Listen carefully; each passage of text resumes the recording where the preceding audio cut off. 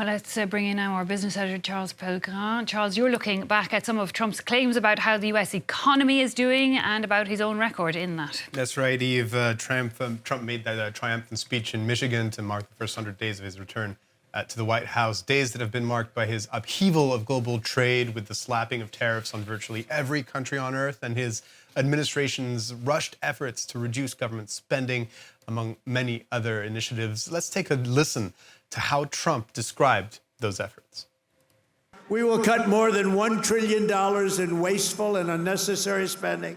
And in the next fiscal year, it'll all be done. We're going to have something that you won't even believe. We will end inflation, slash prices. We've already ended inflation, raise wages, and give you the greatest economy in the history of the world.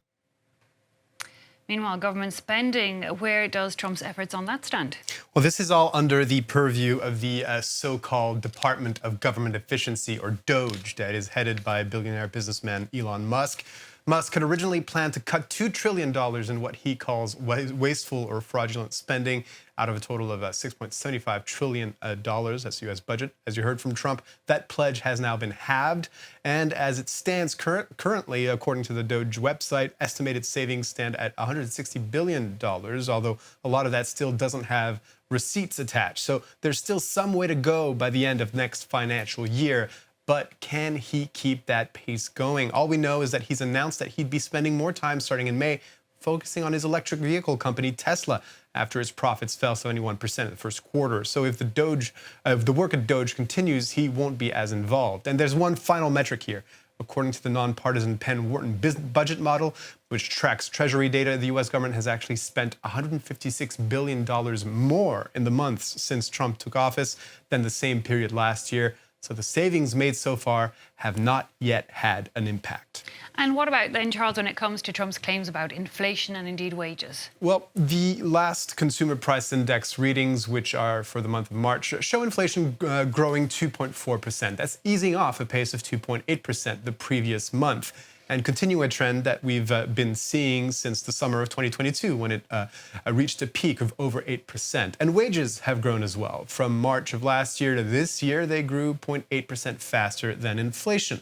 But Trump here is taking credit for trends that were already in motion when he took office. And that could be changing now that he's implemented drastic changes to U.S. economic policy. His tariffs, whether on China or the rest of the world, could have a huge impact on the prices of goods, as importers will likely reflect those costs onto consumers.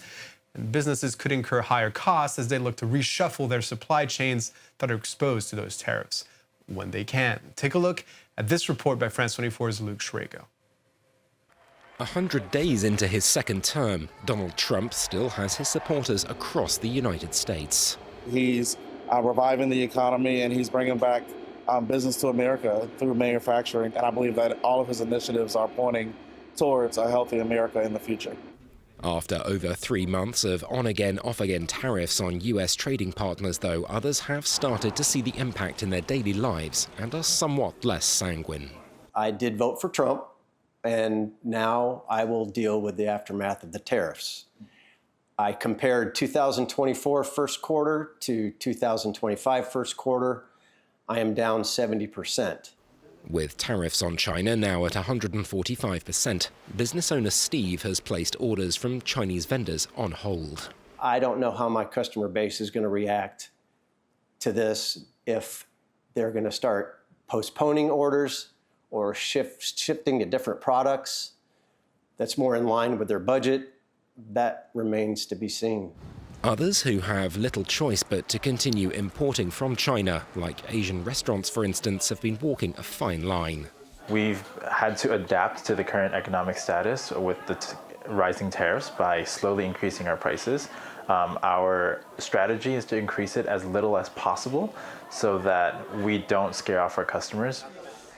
Even as many begin tightening their belts as the cost of living increases and the spectre of inflation looms, Donald Trump has given little indication of just how far he intends to pursue his aims over international trade. So, Charles, where do you think the U.S. economy is headed?